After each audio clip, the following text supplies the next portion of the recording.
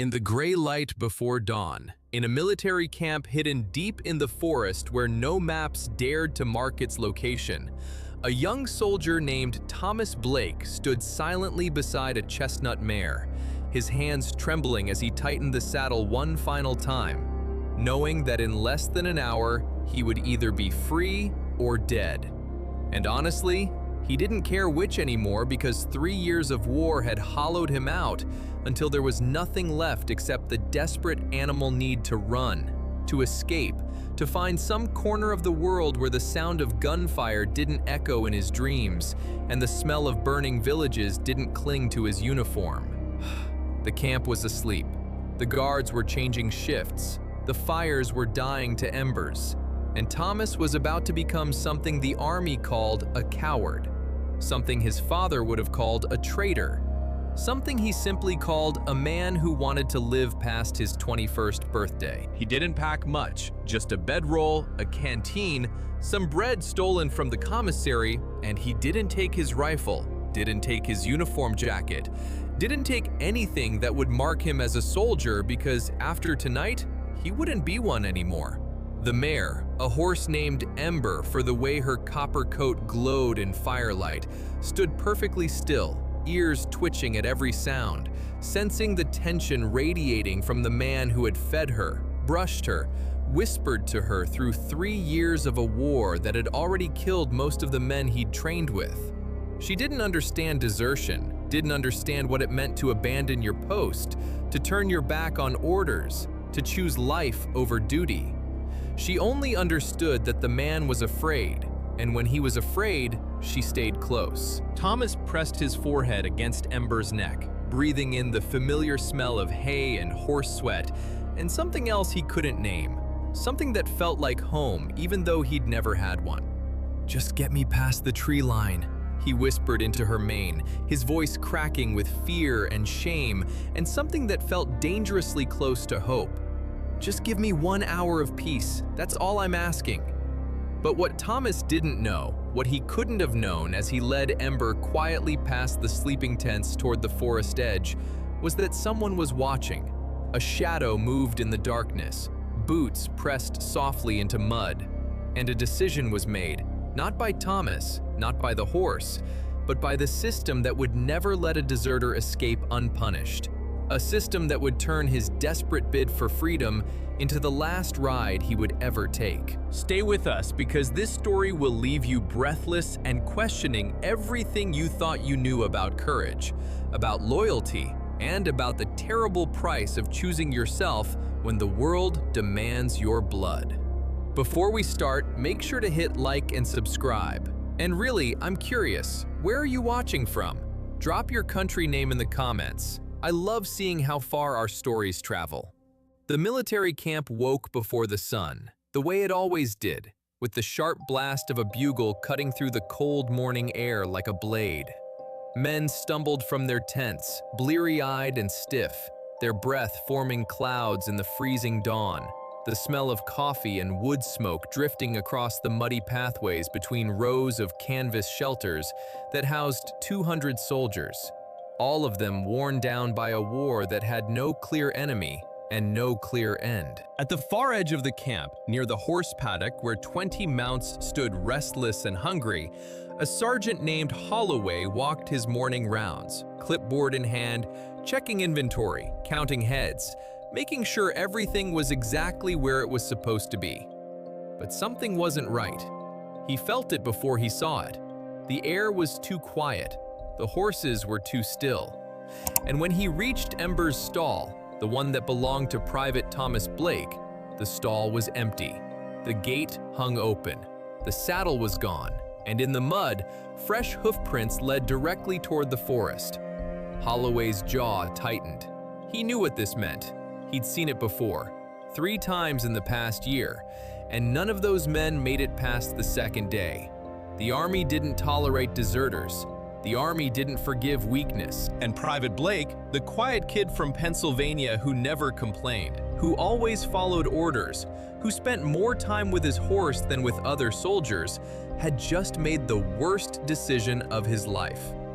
Holloway turned sharply and marched toward the command tent, boots splashing through puddles, his voice already forming the words that would seal Thomas's fate. "Sir, we have a runner. Blake took his horse, left sometime before dawn." The colonel, a man whose face looked like it had been carved from stone and disappointment, didn't even look up from his maps. "Assemble a search party, 6 men, tracker. Bring him back alive if possible, dead if necessary." Holloway nodded. "Yes, sir." And just like that, Thomas Blake's freedom had a timer on it, and the clock was already ticking. Before Thomas Blake became a deserter, before he became a name whispered in disgust around campfires, before he became the example the army would use to terrify other men into obedience, he was just a boy from a small town in Pennsylvania who believed that serving his country was the most honorable thing a man could do.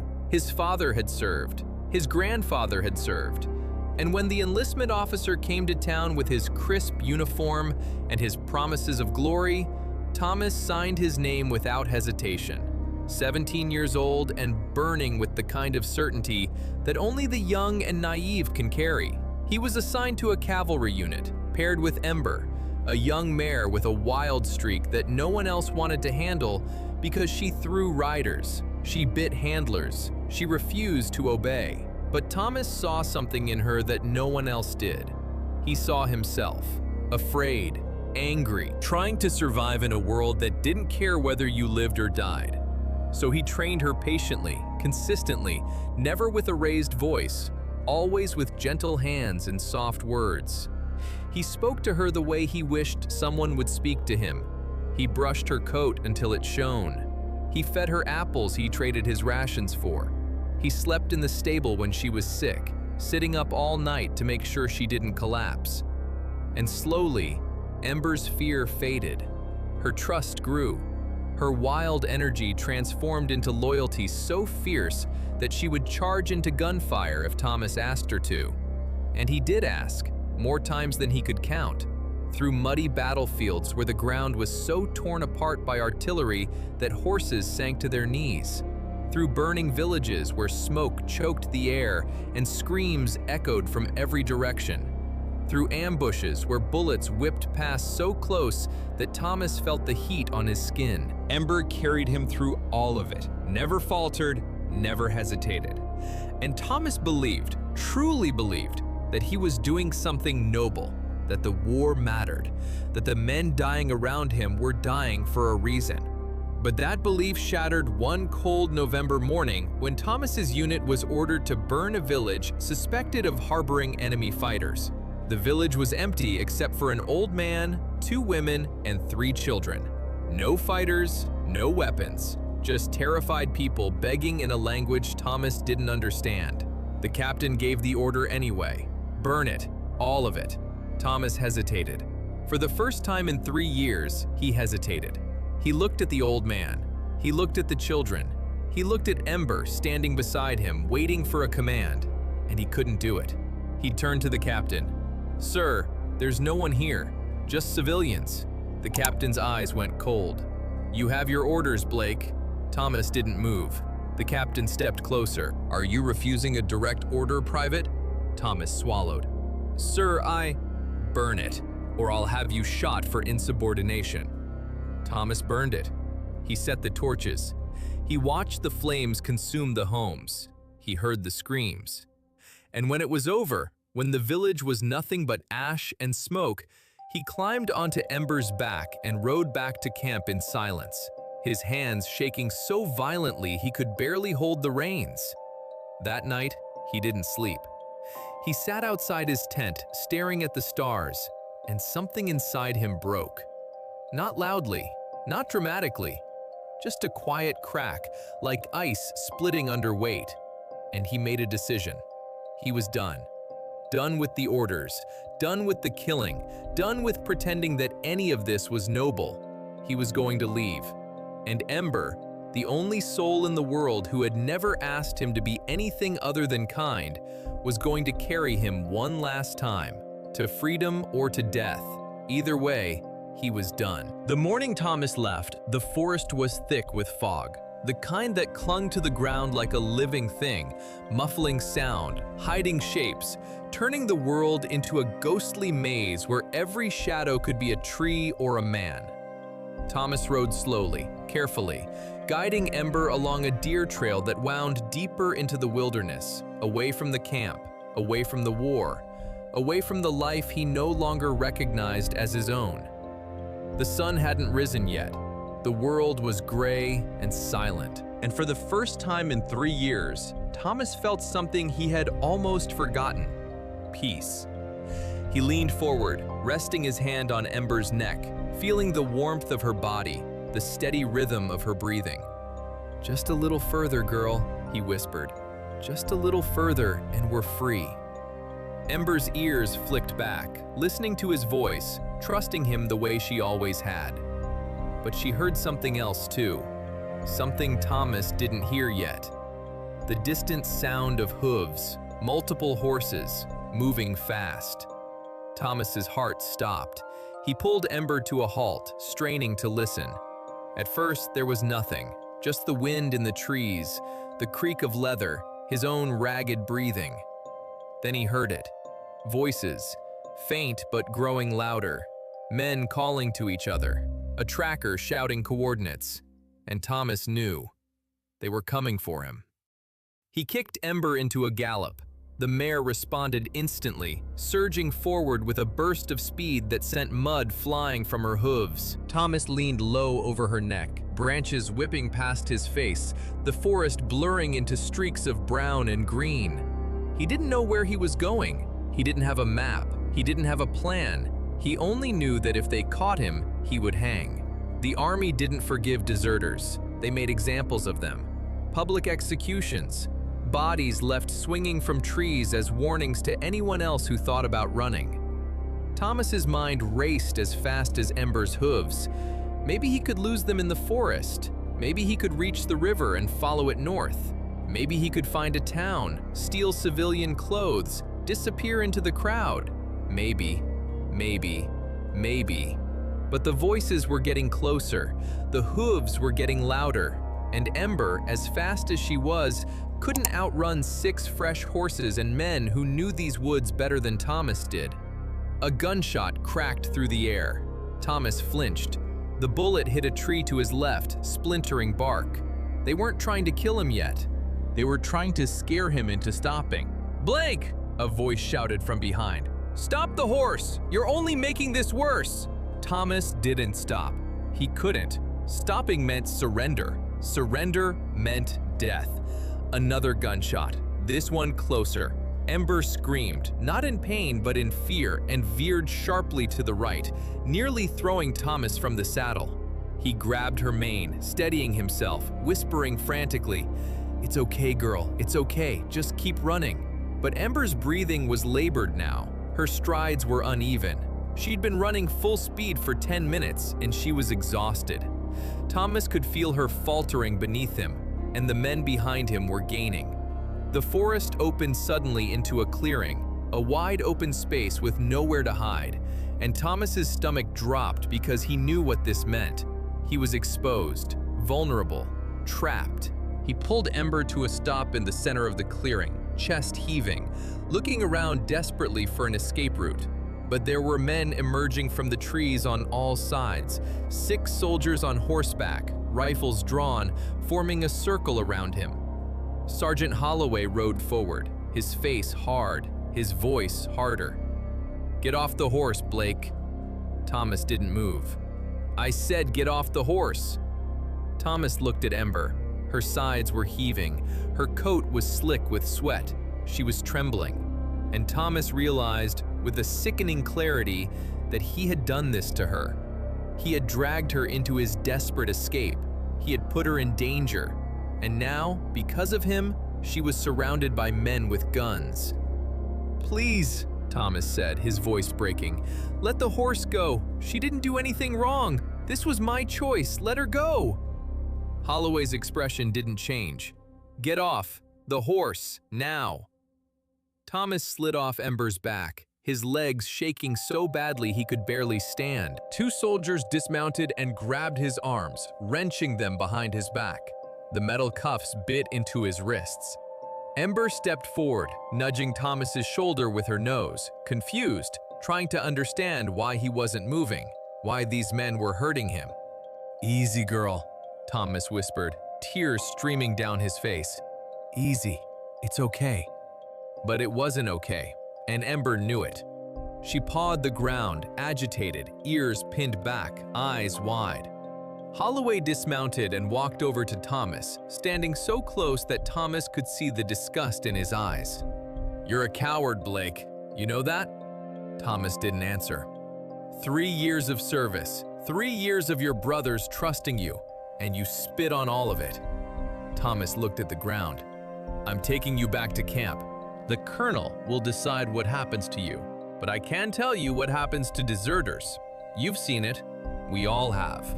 Thomas had seen it. The bodies swinging from makeshift gallows, the blank stares, the crowds of soldiers forced to watch as a warning. He closed his eyes. Holloway turned to one of the soldiers. "Tie his horse to mine. We're riding back." The soldier moved toward Ember, reaching for her reins, but Ember reared back, snorting, refusing to let him touch her. "Settle down!" the soldier snapped, grabbing for her again. Ember kicked out, barely missing his head. "Damn horse is as crazy as he is." "Ember, no!" Thomas called out. "It's okay, let them—" But Ember wasn't listening.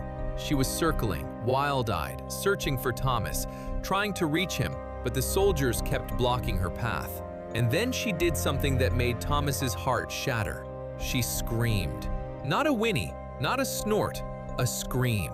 Raw, desperate, terrified. The same sound she used to make when she was young and afraid and didn't trust anyone. The sound Thomas thought he'd erased through 3 years of patience and kindness. But the fear was back, because the man who had protected her couldn't protect her anymore. Holloway pulled his pistol. "If that horse doesn't calm down, I'm putting it down." "No!" Thomas lunged forward, but the soldiers holding him yanked him back so hard he fell to his knees. "Please, please don't hurt her. She's just scared. She doesn't understand. Please." Holloway stared at him for a long moment. Then he holstered his pistol. "Get that horse under control, or I will." One of the soldiers, a younger man named Carter, who had always been kind to the animals, approached Ember slowly, hands raised, speaking softly. "Easy, girl, easy. No one's gonna hurt you." Ember's breathing slowed. Her ears twitched forward. She let Carter take her reins, and as he led her toward Holloway's horse, she turned her head, looking back at Thomas with eyes that seemed to ask a question Thomas couldn't answer. "Why? Why did you leave? Why did you take me with you?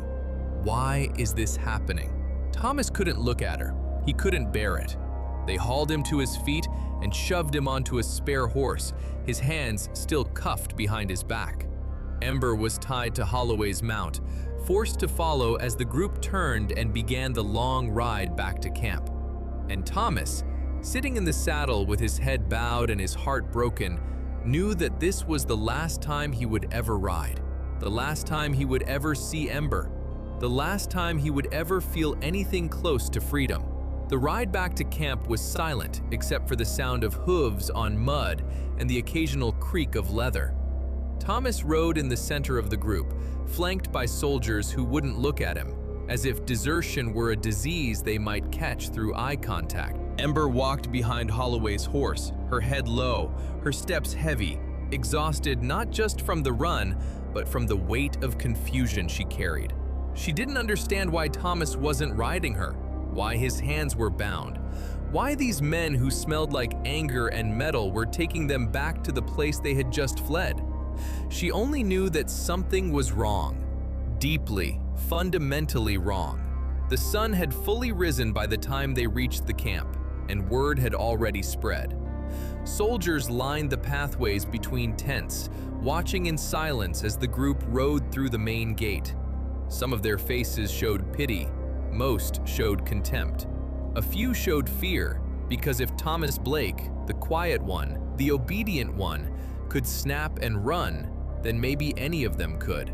Maybe the war was breaking all of them, and they just didn't know it yet. The colonel was waiting outside his command tent, arms crossed, face carved from stone. He didn't say a word as Holloway dismounted and saluted. "Private Blake, sir. Apprehended 6 miles northwest." The colonel nodded slowly. "Bring him to the holding pen. Court-martial will convene at noon." Holloway grabbed Thomas by the arm and dragged him off the horse.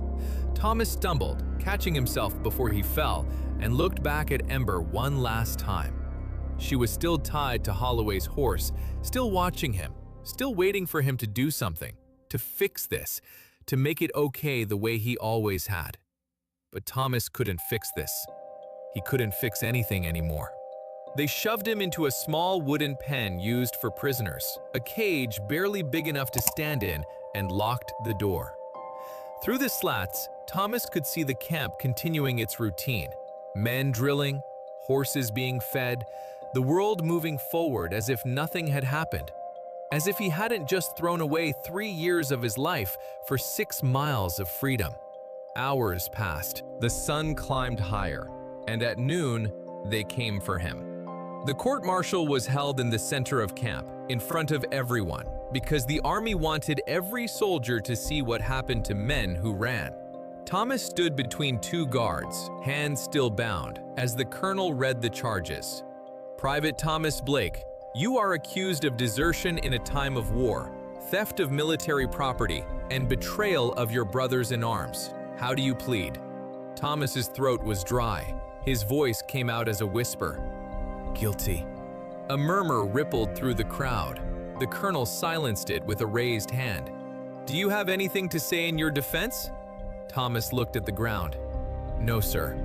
The colonel stared at him for a long moment, and Thomas thought he saw something flicker in the man's eyes. Not sympathy, but recognition. As if the colonel too had once thought about running, as if every man there had thought about it. "The penalty for desertion is death," the colonel said, "by hanging, to be carried out at dawn tomorrow." The words hit Thomas like a physical blow. He swayed on his feet. The guards caught him before he fell. "Take him back to the pen," the colonel ordered. "And someone get that damn horse out of my sight. Sell it, shoot it, I don't care, just get rid of it." "No," Thomas said, his voice stronger now, louder. "No, please, don't punish the horse. She didn't do anything wrong. She was just following me, please." The colonel didn't even look at him. Dismissed. They dragged Thomas back to the pen and threw him inside. He collapsed onto the dirt floor, hands still cuffed, body shaking with sobs he couldn't control. He had known this would happen. He had known the risk. But knowing and experiencing were 2 different things.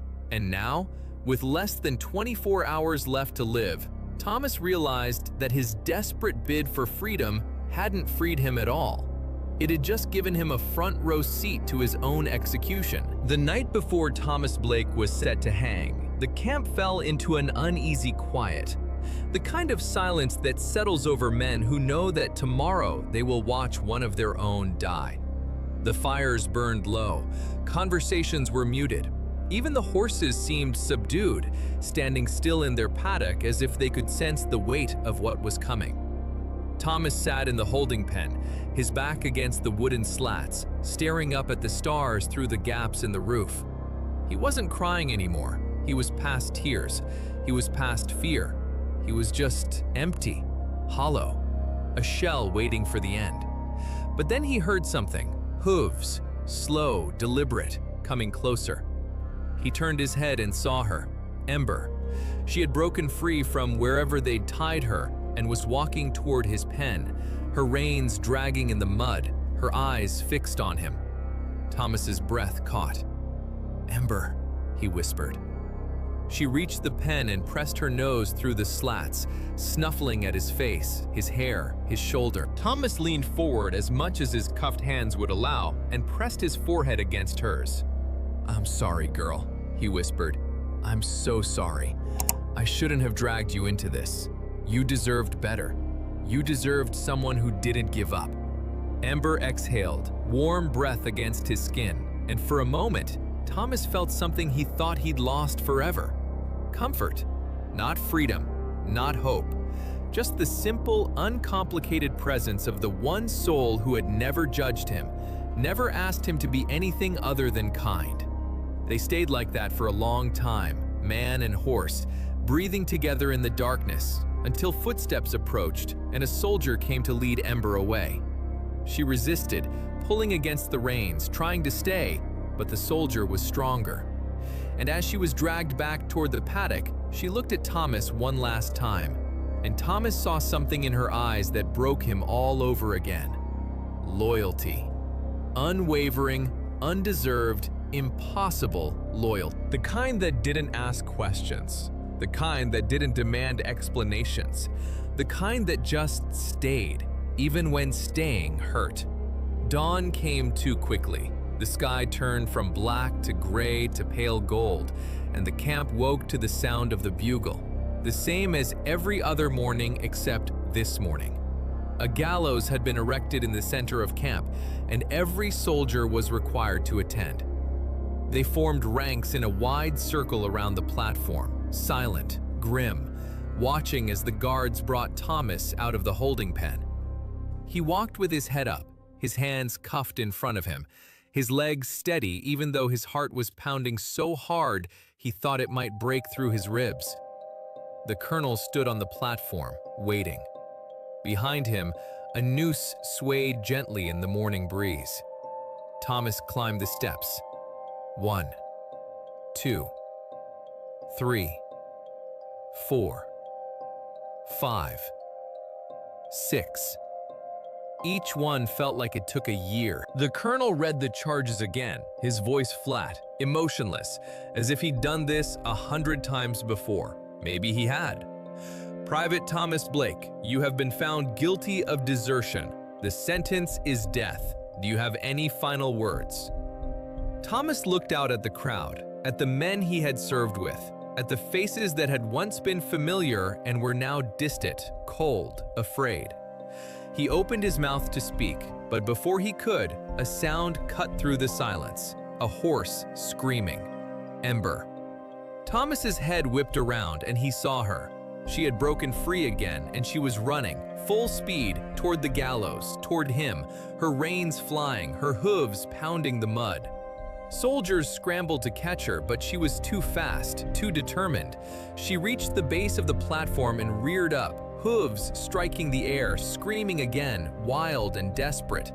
The crowd gasped, the guards stepped back, and Thomas, standing on the platform with the noose inches from his neck, felt tears streaming down his face.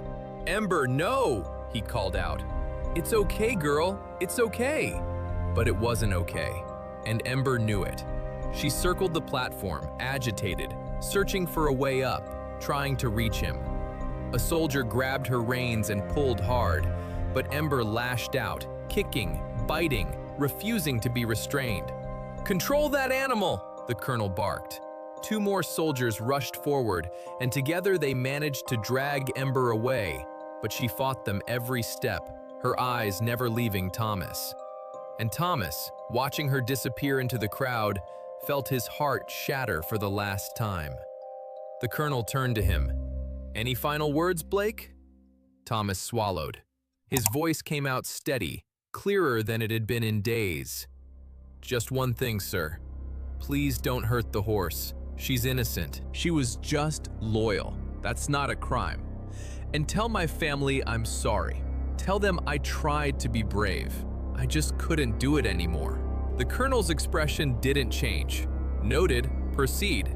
The executioner stepped forward and placed the noose around Thomas's neck. The rope was rough against his skin, the knot pressed into the base of his skull. Thomas closed his eyes. He thought of his father, his mother, the town he'd left behind, the boy he used to be, and Ember. Always Ember. The executioner pulled the lever, the trapdoor opened, and Thomas Blake, the deserter, the coward, the man who chose freedom over duty, fell. The rope snapped taut, the crowd flinched, and in the distance, barely audible over the shocked silence, a horse screamed one last time, a sound so raw and broken that even the hardest soldiers looked away, unable to bear it. The execution changed something in the camp. Though no one spoke about it directly, the men went back to their routines, drills and patrols, and the endless grind of a war that wouldn't end. But there was a heaviness now, a weight that pressed down on shoulders and made conversations stilted and eyes distant. Because every man there knew the truth, even if they wouldn't admit it. Thomas Blake hadn't been a coward. He'd been the first one brave enough to say what they all felt. That the war was meaningless, that the killing was senseless, that the only crime was forcing men to choose between survival and honor when both paths led to death. Ember was confined to the paddock after Thomas's execution, deemed too dangerous, too unstable to be ridden. The soldiers avoided her, some out of superstition, some out of guilt. She stood alone in the far corner, head low, refusing to eat, refusing to acknowledge the handlers who tried to approach her. Days passed, then a week, and Ember, the mare who had once charged into gunfire without hesitation, who had carried Thomas through 3 years of hell, simply stopped. She stopped moving, stopped responding, stopped fighting. The camp veterinarian examined her and found nothing physically wrong. "She's grieving," he said quietly. "Some animals do, especially the ones who bonded deeply with their handlers. She'll either recover or she won't. There's nothing I can do." The colonel, hearing this report, made a decision. Sell her. Get her out of here before she dies and reminds everyone what happened. They loaded Ember into a transport wagon and sent her to a livestock auction 3 towns over, where she was sold to a farmer for a fraction of her worth. The farmer, an older man with gentle hands and a quiet voice, took her to his property, a small homestead with open fields and a weathered barn. He didn't try to ride her. He didn't push her. He just gave her space, food, water, and time. And slowly, over weeks and then months, Ember began to heal. Not fully, never fully, but enough to graze in the pasture, to let the farmer brush her coat, to exist without the constant weight of war pressing down on her. But every morning at dawn, she would stop whatever she was doing and turn toward the east, toward the forest, toward the place where she had last seen Thomas. And she would stand there, perfectly still, for exactly 10 minutes, waiting, listening, as if some part of her believed that if she was patient enough, if she was loyal enough, if she waited long enough, he would come back. He would call her name. He would run his hand along her neck and whisper, "It's okay, girl, I'm here." But he never came. And after 10 minutes, Ember would lower her head and return to grazing, carrying the weight of a loyalty that had nowhere to go, a love that had no recipient, a bond that death had severed but memory refused to release. The farmer noticed this ritual and asked around, trying to piece together Ember's history. Eventually, someone told him about Thomas Blake, about the desertion, about the execution, about the horse that had tried to save him. The farmer stood in the field one morning, watching Ember perform her dawn vigil, and tears ran down his weathered face. "He's not coming back, girl," he whispered. "I'm sorry. He's not coming back." But Ember didn't understand. Or maybe she did and she just didn't care. Because loyalty doesn't require hope. It doesn't require reason. It only requires love. And Ember had loved Thomas Blake with the kind of purity that humans spend their whole lives trying to achieve and rarely do. Years passed. The war ended. The soldiers who survived went home. The camp was dismantled, the gallows torn down, the graves marked and forgotten. And Ember grew old. Her copper coat turned gray at the muzzle. Her strong legs grew stiff. Her once bright eyes clouded with age. But every morning at dawn, she still stopped, still turned east, still waited. The farmer's grandchildren asked about her once. "Why does she do that, Grandpa? What's she waiting for?" The farmer smiled sadly. "She's waiting for someone who loved her, someone she loved back. And even though he's gone, she hasn't forgotten. Some creatures love so deeply that they carry it forever, even when the person is gone. Will he ever come back? No, sweetheart. Then why does she keep waiting? The farmer knelt down, looking into the child's eyes. Because that's what love is.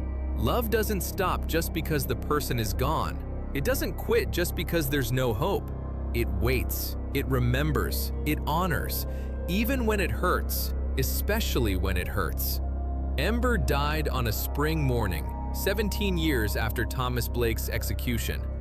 The farmer found her in the eastern pasture, lying on her side, her head turned toward the forest, her eyes closed peacefully. She had stopped in the middle of her dawn vigil and simply let go. They buried her there, in the field where she had waited, facing east, toward the place where Thomas had tried to find freedom and found death instead. And though the farmer was not a religious man, he said a prayer over her grave, because it seemed like something should be said for a soul that had loved so completely and asked for nothing in return except the presence of the one person who could never return. Decades later, a historian researching military executions during the war came across Thomas Blake's file. The case was unremarkable by the standards of military justice. A deserter caught and hanged. Dozens of similar cases filled the archives. But this one had a note attached, written in faded ink by someone whose name wasn't recorded. The horse tried to save him. She broke free twice. She screamed when he died. I've never seen an animal grieve like that. I don't know if what we did was justice or murder, but I know that horse loved him more than any of us loved each other. Maybe that should have mattered. Maybe it should have changed something, but it didn't. We hanged him anyway. Ember, and I think about that more than I should. The historian included this note in his book, a footnote to a forgotten story. And though most readers passed over it without a second thought, some paused. Some wondered. Some asked themselves the same question that had haunted the anonymous note writer. If loyalty that pure, that unconditional, couldn't save a man, then what could? What was the point of any of it? And the answer, uncomfortable and true, was that there wasn't a point. Not in the war, not in the execution, not in any of the machinery that chewed up men like Thomas Blake and spit them out as examples, as warnings, as bodies swinging from ropes. The only point, the only thing that mattered was the love. As if believing he'll come beautiful, back, impossible but he love never between does. a broken man After and a 10 loyal minutes, horse. she lowers a her love head, that asked nothing returns and to gave grazing. everything. The farmer a love that learns survived her story, death and lived on watches in her the ritual of a mare turning tears east streaming. every dawn, He's not waiting coming for back. someone who would never Girl, return. But Ember This story teaches doesn't us that understand courage isn't or always doesn't loud, care, isn't always because celebrated, loyalty isn't doesn't always require understood. hope. Sometimes, Years pass, courage is the war quiet ends, decision to choose camp yourself when dismantled, the world demands you Ember sacrifice grows old, everything. copper Thomas coat Blake wasn't a turns coward grey, for deserting. legs He was stiffen. human.